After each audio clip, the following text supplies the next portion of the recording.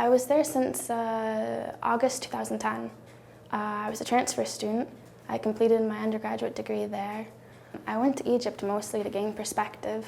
I had studied in London and I met a lot of new people, and I realized that I don't know much about the world. I met my husband shortly after arriving in Egypt. We stayed best friends for a while. After a year of knowing each other, we started dating. We went to this concert in Alexandria, and from then on we were just inseparable. We recently got married in June, and the recent unrest in Cairo is very sad for us. We haven't had to be apart very much, and we're working on getting him here soon. I was born in Bangor, but I lived in Bucksport for a while, mostly in Holden. I went to Holbrook Middle School. Then I finished up at John Bapst before I went to college. One of the basic rules you need to know in a foreign country that has civil unrest is how to be safe. So for instance, you shouldn't disrespect the curfew. The curfew's been moved to 6 p.m. In certain areas, it's generally fine to disrespect the curfew, but you never know. If the military catches you, generally as an American, you have privilege to not be thrown in jail immediately for disobeying a law such as the curfew.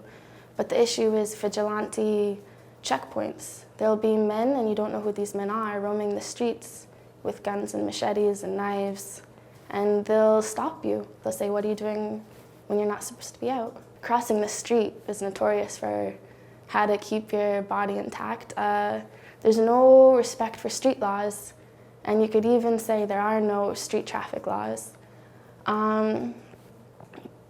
The population is large, so there's a lot of traffic, and they kind of intermingle on the road like a chaotic symphony. You don't see many accidents, but everything is just a hair away at fast speeds, and you have to learn how to cross that type of highway or street. For instance, when I was coming here, I tried to cross the road in an Egyptian fashion, and the lovely Maine driver did not know how to handle me. And they screamed on their brakes. I was trying to go behind them, and I was like, okay, thank you. And I forgot that I need to obey more, not to jaywalk here. I made the decision to come home maybe on Saturday, this past Saturday, almost a week ago. I'm familiar with what unrest between the military looks like, unrest between civilians. And I know how to handle myself. If my neighborhood is safe, then I have a pocket of safety which to function in. But then the casualties in other parts of the city were becoming so absurd, not only in number, but in the way they were killed. People were being burned to death. And that I had a hard time understanding compared to gunshot wounds or being beat to death. On top of that, my neighborhood started to have checkpoints. Not by the military, and it didn't feel safe anymore. There was machine gun fire for a few nights, and so my husband and I decided that it's best that I come home for the moment. As anyone who loves someone, you always worry, but our neighborhood is relatively safe. The machine gun fire disappeared even before I went to the airport, as well as the checkpoints in our neighborhood.